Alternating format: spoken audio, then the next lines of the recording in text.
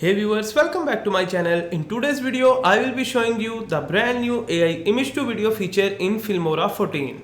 This is an insanely cool addition they have introduced, so let's dive in.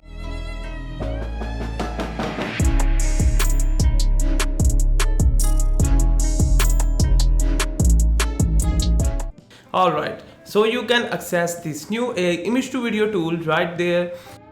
You will find it in the media section as well. Once you are in, you will see multiple modes available including hug, AI fights, smoke escape and many others. You also have the option to create videos using a custom prompt. First let me show you how these present modes works. I am selecting the hug your love mode for this demonstration. Here you will need to upload your image. I will be using these two pictures to generate the video. I will start by adding the first image. Once it's uploaded, a new window pops up like this. Now here we have two different modes, single image and stitch mode. If both people in the same frame, the single image mode is ideal, but since I am using two separate images, I will going with the stitch mode.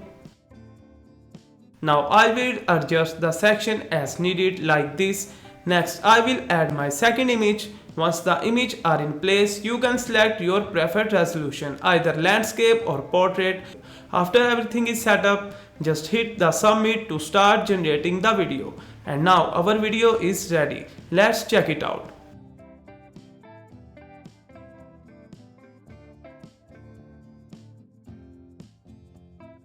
This looks absolutely stunning. You can see how the background of the first image is brought to the life.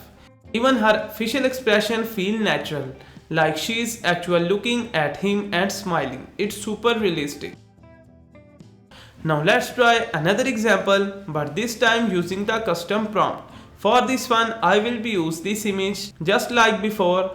I will be configure the necessary settings, then I will enter my prompt. Alright, let's see the result.